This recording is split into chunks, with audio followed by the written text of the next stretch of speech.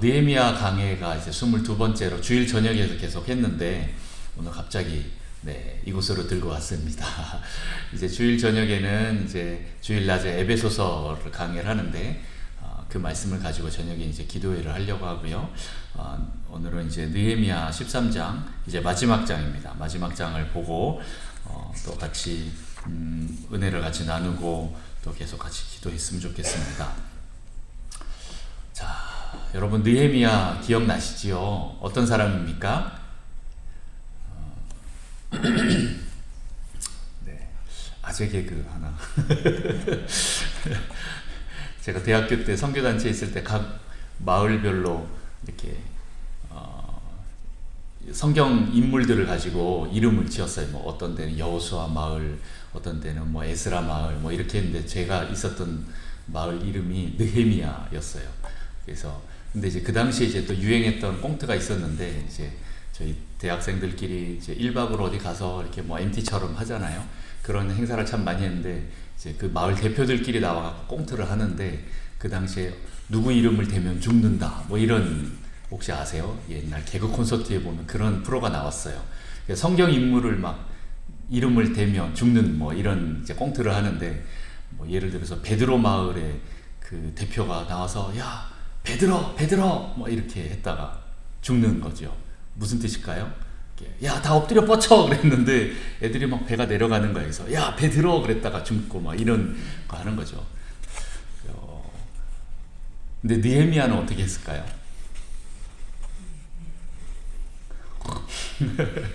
야, 이게 김밥 먹다가 누가 이렇게 탁 떨어졌는데, 이 김밥을 다 주워 먹는데 햄이 떨어져 있는 거예요. 그래서, 야, 이거 느헤미야? 했다가, 네, 썰렁하지요? 네. 느헤미야 잘 모르시는 것 같아서 제가 말씀드렸습니다. 자, 느헤미야는 그 바벨론 포로로 잡혀갔다가, 이스라엘 백성들이 바벨론 포로로 잡혀갔다가 귀환하는 1차 귀환이 있고, 2차 기한이 있고 3차 기한이 있고 한데 그때 3차 기한 때 이스라엘 백성들을 또 데리고 왔던 인물입니다. 근데 왜 그렇게 왔느냐? 처음에는 에스라를 중심으로 해서 성전을 세웠습니다. 스룹바벨이죠. 갑자기 이름이 막 헷갈리는 스룹바벨의 성전이 세워지고 했는데 문제는 그 뒤에 성벽이 안 세워진 거예요. 근데 이 얘기를 들으니까 너무 느헤미야가 마음이 아파서 아닥사스다 왕 때 왕에게 얘기를 해서 모든 정권을 가지고 와서 이제 성벽을 세웁니다. 그런데 성벽을 세울 때 쉽지 않습니다. 산발락과 도비아와 뭐 이런 사람들이 방해를 하고 그럼에도 불구하고 아주 탁월한 리더십으로 52일 만에 성벽을 완공을 합니다. 그러나 성벽을 완공했지만 성벽 봉헌식은 12장 가서 나와요. 그 사이에 더 중요한 내용들이 나옵니다. 무엇이죠? 네, 물리적으로 이스라엘 성벽은 세웠지만 그 안에 들어가야 될 사람이 실은 더 중요한 거예요. 성벽을 세우면 뭐예요? 그 안에 사람이 더 중요한데 그렇잖아요. 그러니까 물리적인 성벽도 중요하지만 영적인 공동체를 세우는 게 되게 중요하기 때문에 그 사이에 그런 일들을 벌입니다. 그래서 8장을 넘어서 9장 가면은 여러분 잘 아시는 수문학 광장의 부흥의 물결들이 막 일어나는 거예요. 에스라를 세워서 말씀을 듣는데 말씀을 들으면서 사람들이 어떻게 해요? 하루 종일 우는 거예요. 왜요? 회개할 거리 너무 많은 거예요. 회개가 계속 터져 나오는 겁니다. 그렇게 회개하면서 부흥이 시작되는 거예요. 하나님 말씀대로 살자 해서 말씀을 보니까 지금이 야 우리 초막절 지내야 될 때네 하고 갑자기 초막절을 지내고 이런 일들이 일어납니다. 그리고 말씀대로 하나씩 해나가는 그 모습들이 나오고 나서야 그 다음에 12장 가서 성벽 봉헌식을 하는 거예요. 그러니까 이제 물리적인 성벽뿐만 아니라 영적인 이 성벽도 세워지기 시작했구나라는 게 보여지는 거죠. 그 하나님 말씀으로 세우는 거예요. 그리고 그 말씀 안에서 순종하는 그 백성들을 세우는 거, 이게 더 중요하다. 그래야 예루살렘이 의미가 있다라는 겁니다. 성벽만 덩그러니 있으면 뭐합니까? 여러분 예루살렘 가보신 분, 이렇게 여행으로 가보신 분 계시죠? 실은 지금 세워져 있는 그 성벽은 옛날 그 당시에 있던 그 성벽이 아니에요. 그리고 그 모습도 아닙니다. 작년 여름에 이제 그 캐나다의 최민수 목사님 오셔갖고 느헤미야 강의를 하시면서 성벽 모양을 이제 지도로 보여주셨잖아요. 기억나시죠? 예. 뭐라고 표현해야 되지? 약간 도끼처럼 위에는 둥그렇고 아래는 이제 뾰족한 손잡이 달린 것 같은 토마호크, 이게 고기 뜯어먹는 그런 고기 같이 생겼는데, 지금은 이렇게 네모 반듯하게 약간 좀 이렇게 넓게 생겼어요. 완전히 그때랑 다른 거죠. 근데 그때 이제 그렇게 세울 때 이스라엘 백성들이 실은 더 중요한 겁니다. 그 안에 들어가 있는 사람들이 더 중요한 거예요. 그리고 성벽은 오래 가지만 이제 사람들은 또 금세 또 바뀔 수가 있기 때문에 그 안에 제도를 다시 만들고, 그리고 그들에게 계속 개혁적인 성향들을 줘서 타락하지 않도록 붙잡는 거죠. 그래서 이제 레위 사람들과 제사장들을 또 올바로 세우는 일들을 합니다. 느헤미야가 이 일들을 다 했어요. 개혁과 부흥을 이끌었습니다. 그런데 오늘 1절에서 3절 보면 이제는 어떻게 해요? 그거를 느헤미야가 하지 않아요. 백성들이 이제 직접 합니다. 보통 이제 느헤미야는 1인칭 그 화법으로 느헤미야가 독백하는 형태로 참 많이 나오는데 1절부터 3절은 그런 게 아니에요. 4절부터는 쭉 또 느헤미야가 독백하는 형태로 나오지만 1절부터 3절부터 보면 이 주체가 백성들이에요. 이제 백성들이 개혁을 이끄는 거예요. 하나님 말씀대로 이스라엘 공동체를 회복시키는 거죠. 그런데 거기에 보니까 오늘 이제 13장에 쭉 다 꿰고 있는 말씀 중에 하나이기도 한데, 이제 뒷부분에 더 크게 나오는 거지만 오늘 읽지는 않았지만 모압과 암몬 자손에 대한 부분이 나옵니다. 그들은 하나님의 총에 영원히 들어오지 못한다. 왜요? 이스라엘 백성들이 출애굽에서 가나안 땅 갈 때 그들을 막아섰고 오히려 공격했던 자들인 거예요. 그렇다고 이렇게 어떻게 보면 이제 우리한테는 우리나라 정서로 보면, 예를 들어서 일본 사람들이 우리 한국 사람들을 괴롭힌 게 많이 있잖아요. 그러면 저 일본 사람들 이렇게 끝까지 싸워서 이겨라 이런 식으로 우리는 이렇게 생각할 수도 있겠죠.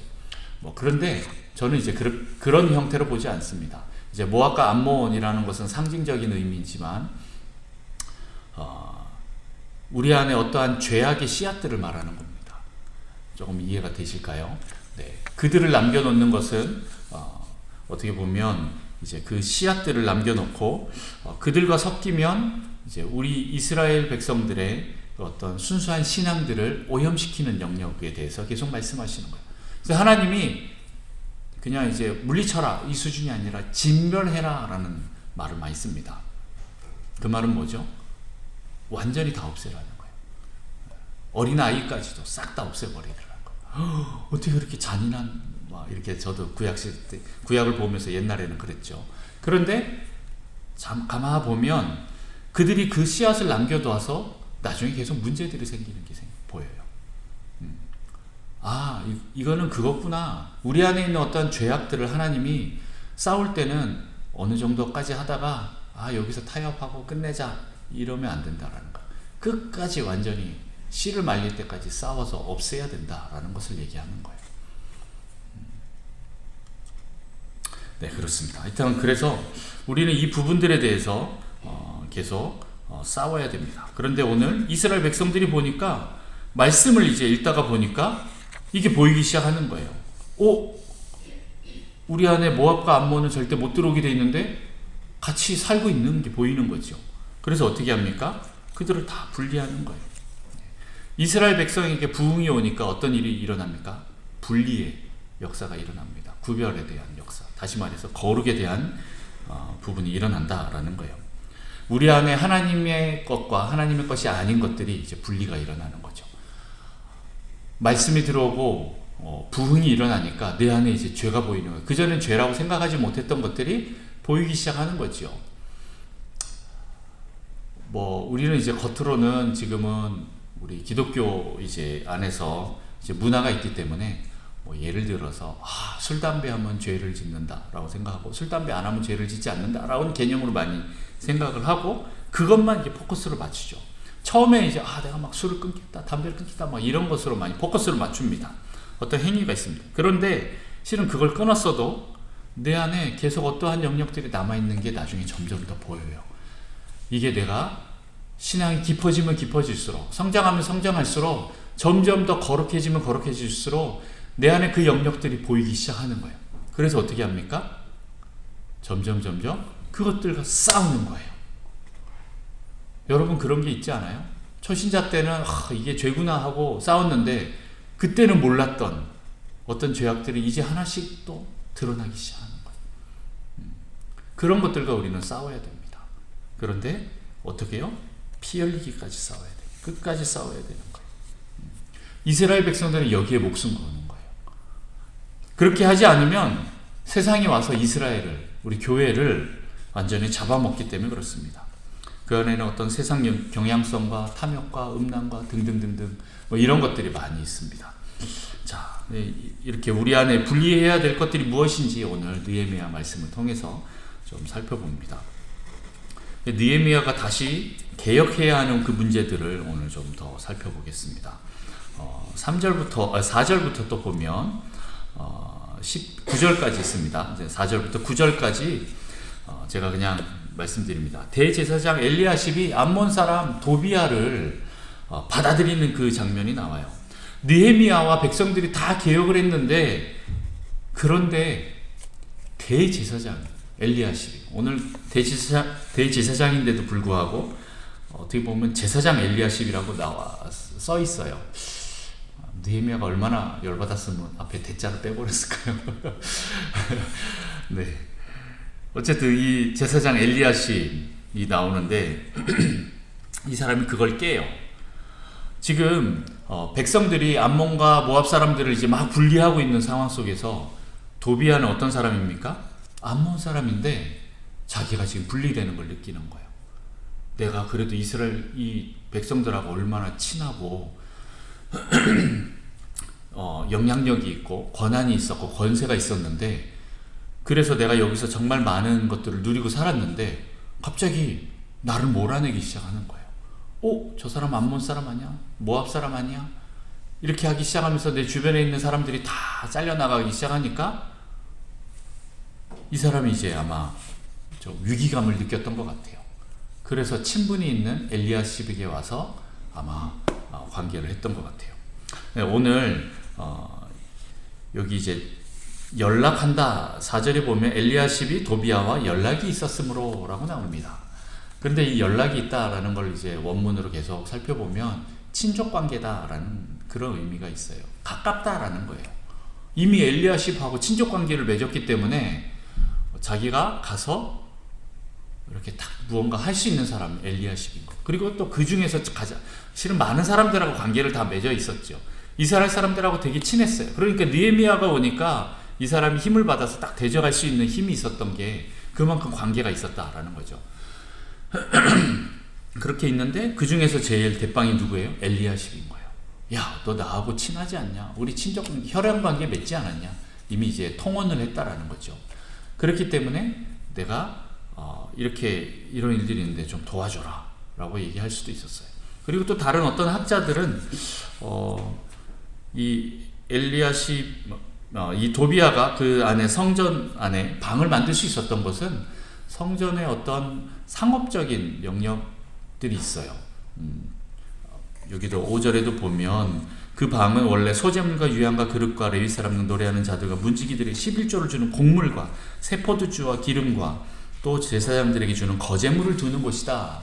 창고였어요. 근데 거기에 도비야의 방을 만들었다라고 하는 것은 이제 그 이권을 가지고 있는 한 사람으로서 자기 방이 되는 거예요. 다시 말해서 성전에다가 이런 헌물들을 대야 되는데 그걸 자기가 되는 거죠.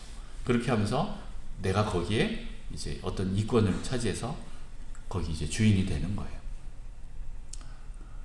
어떻게 보면 대제사장으로서 하지 말아야 할 일들을 했던 거죠. 도비야에게 야, 네가 부자고 네가 그걸 다 될 수 있다고?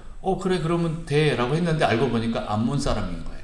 근데 그거에 대한 개념이 없었어요. 그 사람들은 지금은 바벨론에 이미 많이 섞여서 왔기 때문에, 또 북이스라엘은 이미 아수르와 다 섞여버렸기 때문에 이 산발락과 도비야가 실은 더 중심되는 그 자기의 거점이 어디였냐면 저 위에 사마리아였어요. 북이스라엘 거기 사람이었기 때문에, 그리고 야, 우리 지금 나라도 없고 제대로 되지 않았기 때문에 어떻게든 좀 연관되는 사람은 좀 더 힘을 모아야지 라고 하는 그 생각이 더 강했기 때문에 암몬 사람, 모압 사람을 뭔가 이게 걸러내야 한다라는 개념이 없었던 거죠. 그래서 그냥 이제 다 왔어요. 여기 보면 이제 느헤미야가 잠깐 본국이라 하면 이제 바벨론 바사, 페르시아를 말합니다. 거기로 이제 돌아가요. 오늘 바벨론 왕 아닥사스다라고 하는데, 이 아닥사스다 왕이 실은 원래 페르시아 왕인데 돌아다니면서 이제 있기도 하기 때문에 이제 그 당시 바벨론이라고 합니다. 12년 동안 여기서 예루살렘 성벽을 세우고 개혁을 이끌었다가 이제 또 때가 돼서 자기가 돌아갔습니다. 그리고 또 다시 돌아옵니다. 근데 이 기간이 얼마나 걸렸는지 뭐 정확히 나오진 않아요. 실은 그 당시에 여행만 해도 몇 달에서 몇 년이 걸렸다라고 볼 수가 있어요. 느헤미야는 또 굉장히 또 힘이 있는 사람이었기 때문에 혼자 가지 않고 수백 수천 명과 함께 이렇게 움직이기 때문에 그렇게 빨리 가지 못합니다. 갔다가 오는 시간이 꽤 오래 걸렸을 것 같아요. 그러니까 사람들이 느헤미야가 없네 라고 봤을 거예요. 백성들이 이제 그렇게 개혁을 일으켰는데 대제사장 엘리야십이 야 느헤미야가 안 오네? 야 이제 안 오나 보다 라고 생각할 수도 있었던 것 같아요.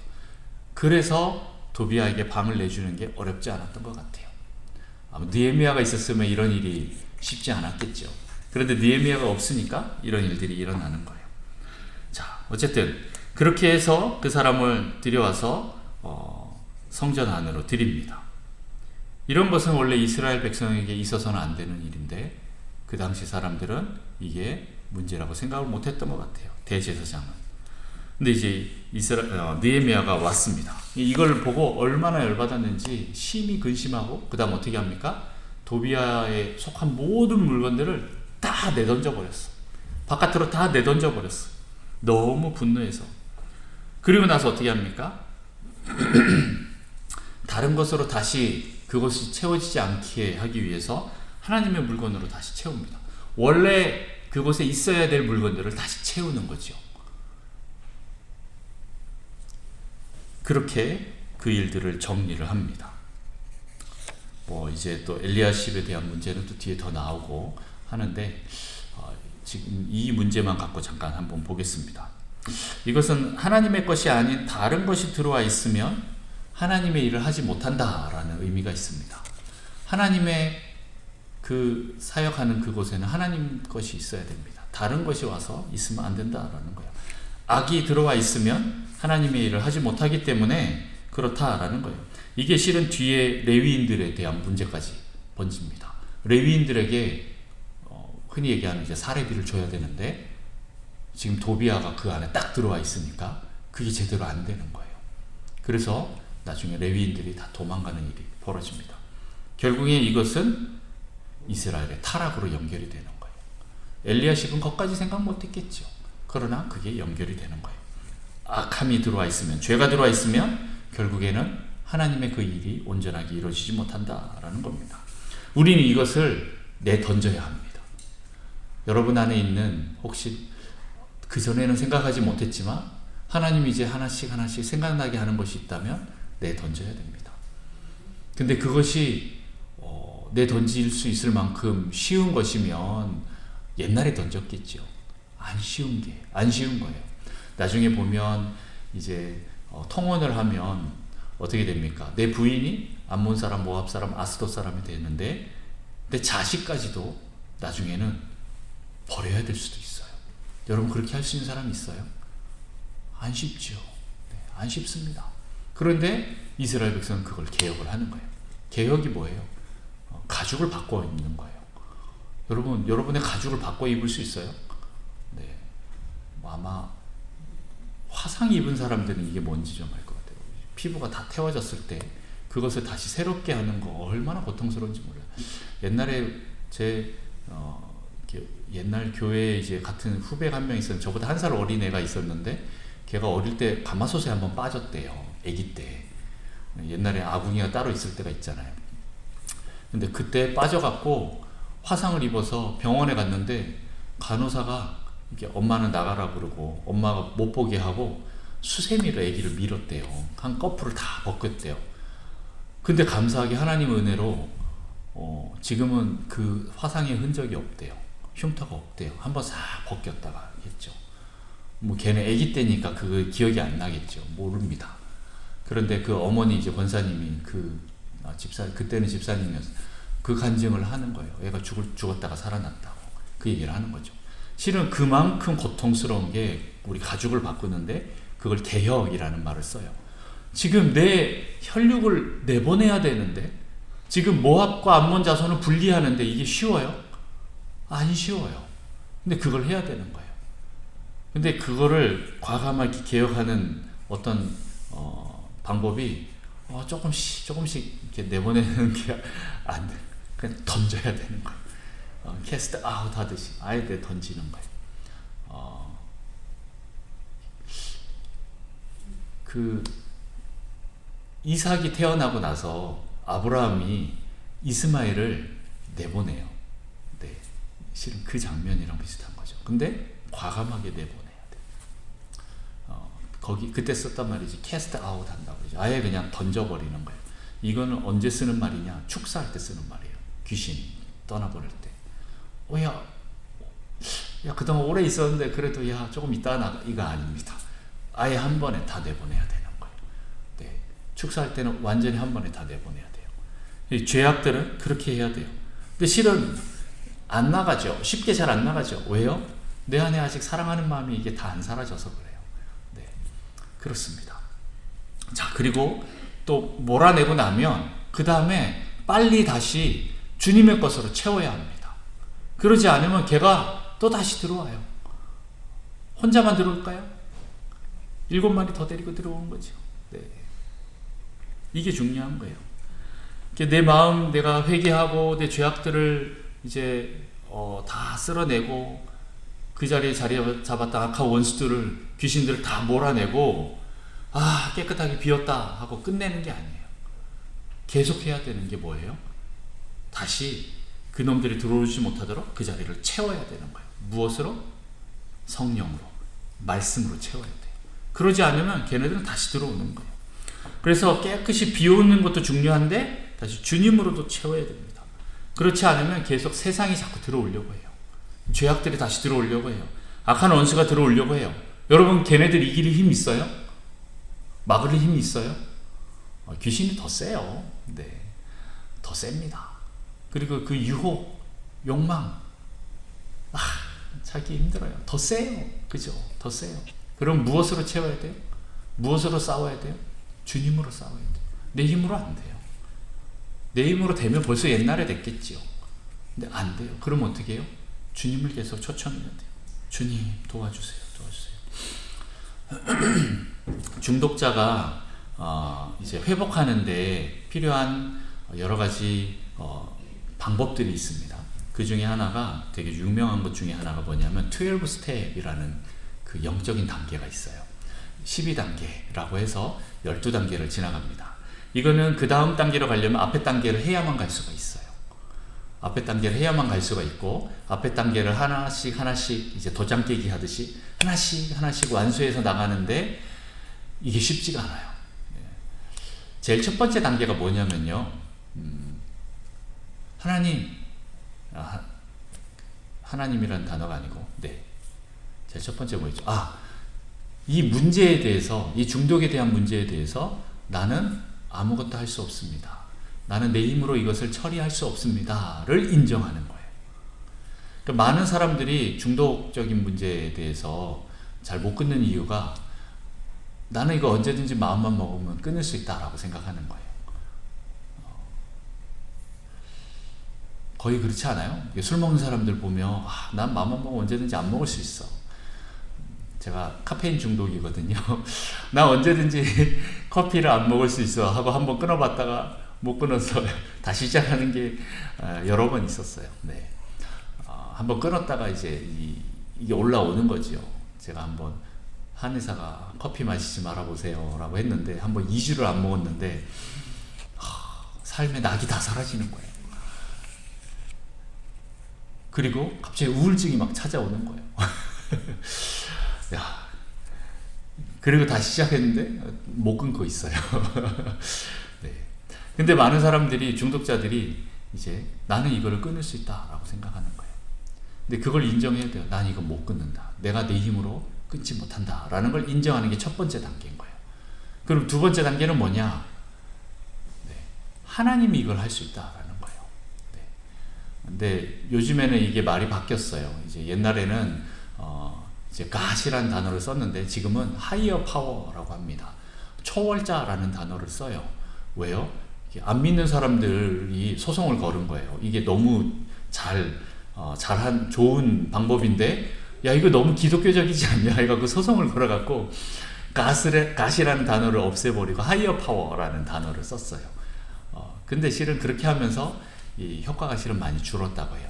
자, 어쨌든 그 하나님만이 이 모든 것을 이길 수 있다라고 얘기를 하는 거예요. 그럼 세 번째 단계는 뭐냐? 그 하나님께 나를 의지하는 거예요. 하나님은 할 수 있고 나는 못하고, 그럼 어떻게 해야 되느냐? 내가 못하기 때문에 하나님께 그걸 의지하는 거죠. 하나님이 하실 수 있다라고 맡기는 거예요. 실은 이 세 번째 단계까지 하면 그 다음에 단계는 좀 쉽습니다. 요 세 번째까지 오는 게 너무 힘들어요. 여러분 쉽게 될 것 같죠? 안 돼요. 여러분 지금 신앙생활 그렇게 오래 했는데 여러분 안에서 아직 끊어지지 않는 그 죄악들이 있지 않아요? 많이 있습니다. 이 쉽지가 않다라는 거예요. 그런데 매일매일 그 순간 한순간 한순간마다 그것을 주님께 맡기면서 나가야 되는 거예요. 그렇게 하지 않으면 이게 안 된다라는 겁니다. 이 주님으로밖에 할 수 없기 때문에 계속 주님께 의지하고 의존해서 맡기는 거예요. 그걸 매일 해야 돼요. 매 순간 해야 돼요. 주님 도와주세요. 도와주세요. 그렇게 계속 우리는 맡겨야 합니다. 다시 주님의 말씀으로 채워야 하고 성령으로 채워야 합니다. 그렇게 하지 않으면 내가 절대 그것을 이길 힘이 없다라는 거죠. 자, 그렇게 첫 번째 대제사장 영적 지도자가 타락했습니다. 그리고 그 악한 원수들, 죄악들이 우리 안에 들어오기 시작하는 거죠. 다른 데서는 다 이것들이 됐는데 이제 성전 안에서 이게 온전히 되지 않으니까 두 번째 일이 벌어집니다. 레위인들이 이제 도망가기 시작합니다. 10절부터 보면 내가 또 알아본즉 레위 사람들이 받을 몫을 주지 아니하였으므로 그 직무를 행하는 레위 사람들과 노래하는 자들이 각각 자기 밭으로 도망하였기로 이렇게 나옵니다. 네. 지금 물론 이제 대제사장의 문제도 있지만 백성들도 11조를 온전하게 바치지 않았던 거예요. 헌금을 제대로 바치지 않았던 거예요. 그랬더니 이 사람들이 어떻게 합니까? 다 자기 밭으로 도망갔어요. 헌금이 모자라는 거예요. 그러니까 성전 봉사하는 레위인들, 노래하는 사람들, 이런 사람들이 양식이 이들에게 다 돌아오지 못하니까 이들도 실은 처자식이 있고 자기도 먹고 살아야 되잖아요. 어떻게 합니까? 자기 밭으로 가는 거예요. 그래서 거기서 다른 양식을 구하려고 합니다. 이들도 사람이기 때문에 먹고 살아야 하기 때문에 자기 밭으로 다 도망가서 다른 일을 한 거예요. 누구의 문제일까요? 헌금해서 성전 봉사자들을 이렇게 복양해야 되는데 그렇게 하지 못한 백성들의 문제일까요? 아니면 끝까지 못 참고 도망간 레위인의 문제일까요? 레위인이 문제입니까? 아니면 백성들의 문제입니까? 뭐 아까는 앞에 이제 대제사장의 문제를 나눴지만, 네. 지금은 이제 어떻게 보면 영적 지도자들의 문제는요, 하나님이 심판하신다라고 저는 믿습니다. 그렇다고 해서 뭐 우리 일반 성도들이 그 문제를 이제 그냥 내버려둬라 이렇게 하는 문제는 아니지만, 실은 지금은 요것들을 또 이제 많은 분들이 제가 이제 말씀을 드리려고 하면 어떤 분들은 그렇지 앞에서 목사님들 영적 지도자들의 문제지 하고 계속 손가락질을 하다가 자기 문제를 못 보는 경우가 있어서 제가 말씀드리는 거예요. 실은 둘 다 문제지요. 둘 다 문제지요. 그런데 요걸 나한테 적용을 해야지 딴 사람한테만 적용하면 안 되기 때문에 제가 이렇게 문제를 물어보는 거예요. 요걸 지금 나한테 한번 적용해 봅시다. 우리가 어떻게 보면 제대로 복양하지 않으면 레위인들, 뭐 지금 현대로 말하면 우리 목사님들이 사역을 할 수 없게 되고, 그러면 성전이, 교회가 온전히 돌아가지 못하게 됩니다. 그러면 문제가 어떻게 됩니까? 신앙교육이 제대로 이루어지지 않고 신앙의 전수가 이루어지지 않습니다. 믿음이 온전하게 가지 않는 거예요. 그러면 결국 성전과 신앙은 죽게 되어 있습니다. 성전이 타락하면 예배가 무너지고, 레위인들이 타락하면 예배가 무너지고, 또 제사장들이 이탈하게 되는 그런 일들이 일어난다라는 거죠. 뭐 저희 교회는 어느 정도 괜찮긴 하지만 더 작은 교회들을 보면 거의 목사님들이 이제 이중직을 갖고 있습니다. 쉽지 않지요.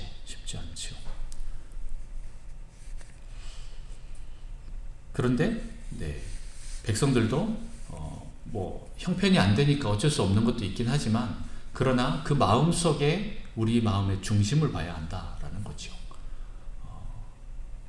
그 문제의 중심을 보는 것이 더 중요한 거예요. 우리가 더 많이 주고 적게 주고 이게 중요한 게 아니라 지금은 우리의 마음 중심에 정말 사역자들을 복양하려고 하는 그 마음이 있는지, 아니면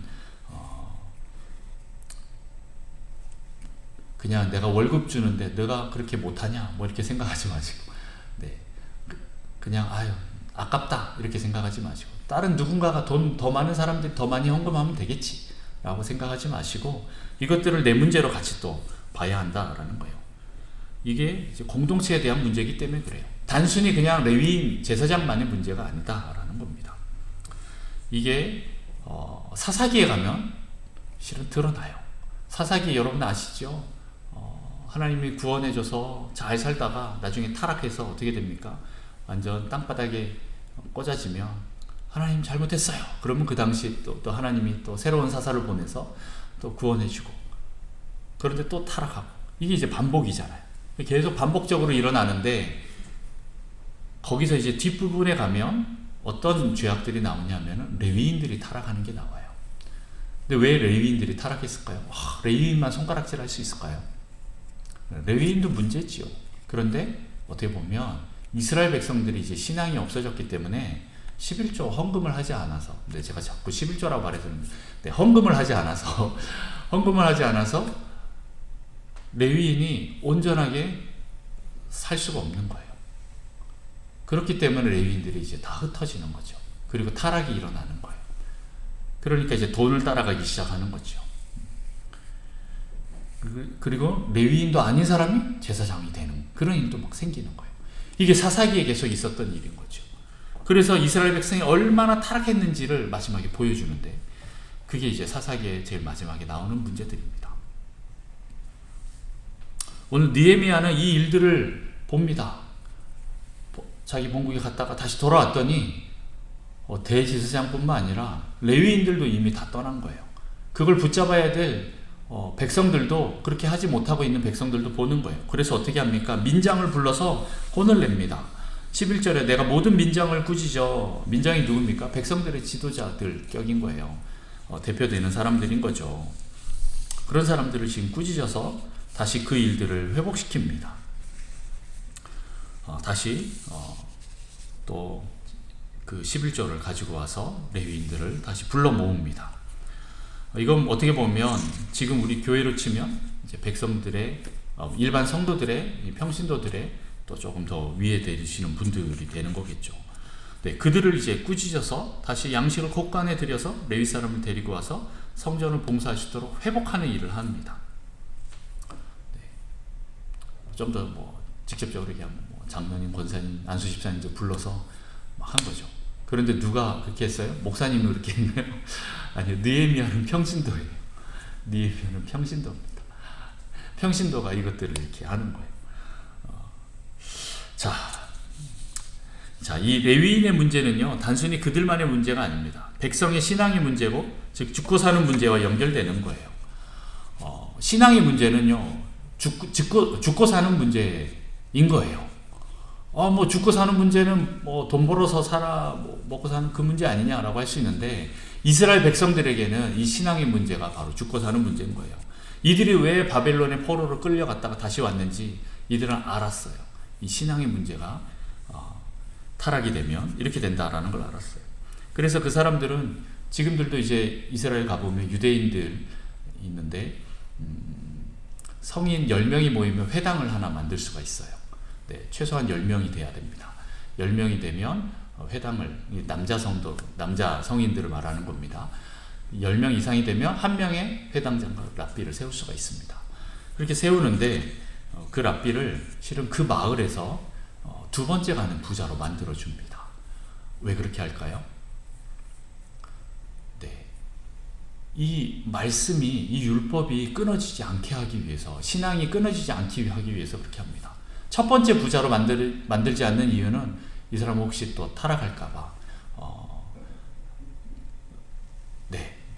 일단 타락할까봐, 교만해질까봐 그렇게 또 최고의 부자로 만들지는 않습니다.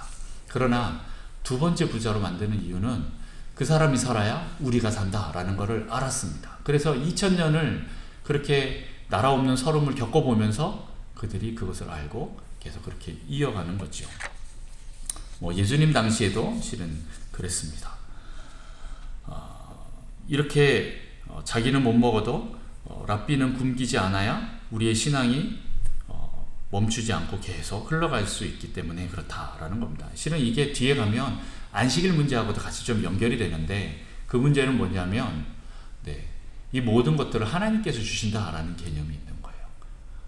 내가 열심히 일을 해서 먹고 살아야 내가 잘 살 수 있다, 이 개념이 아니라 그렇게 함에도 불구하고 이 모든 것을 허락하시는 분이 하나님이시다라는 개념이 있어요. 그게 안식일에 대한 개념으로 나옵니다만은 오늘은 거기까지 보지 않겠습니다.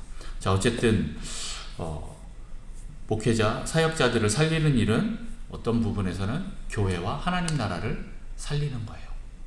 제가 목사라고 해서 막 이 말을 하는 게 너무 좀 지금 안절부절인 거 보이시죠? 막 버벅거리는 거 보이시죠? 그럼에도 불구하고 우리가 이 성경을 통해서 잊지 말아야 되는 부분이 그거라는 거예요. 저는 이제 목사를 하다가도 목사를 안 할 수도 있어요. 그럼에도 불구하고 이제 이 교회의 사역자들을 잘 세우고 또 그들을 복양하는 게 얼마나 중요한지에 대해서 제가 말씀드리는 거예요. 왜 그러냐면 리더 한 명이 쓰러지면 공동체가 다 무너지기 때문에 그렇습니다. 리더는 굉장히 중요합니다. 영적인 리더는 특히 더 중요합니다. 리더가 무너지면 실은 나도 무너지기 때문에 그렇습니다. 이들도 사람이기 때문에 이들이 제대로 서도록 도와야 됩니다. 여러분 계속 중보해 주셔야 됩니다. 제가 계속 이제 헌금 얘기를 해서 이제 헌금만 얘기하는 게 아닙니다. 여러분 중보해 주셔야 됩니다. 기도해 주셔야 됩니다. 어떤 판단할 일이 생기면 막 바로 와서 대적하지 마시고 중보 먼저 하십시오. 주님, 저 목사님 왜 저러죠? 하나님 앞에 가서 기도 먼저 하셔야 됩니다. 그리고 하나님, 저 목사님 다시 회복시켜 주십시오 하고 지도자들을 위해서 기도해야 됩니다. 그렇게 하지 않으면 지도자가 쓰러지면 실은 나도 쓰러진다라는 것을 여러분 기억하셔야 되고, 그래서 여러분 앞에 사람이 조금 부족하더라도 계속 기도하면서 또 재정적으로나 또 그 모든 것들을 다 함께 같이 복양하고 세워야 됩니다. 완벽한 지도자는 없을 겁니다. 그럼에도 불구하고 그가 온전하게 잘 세워질 수 있도록 해야 됩니다.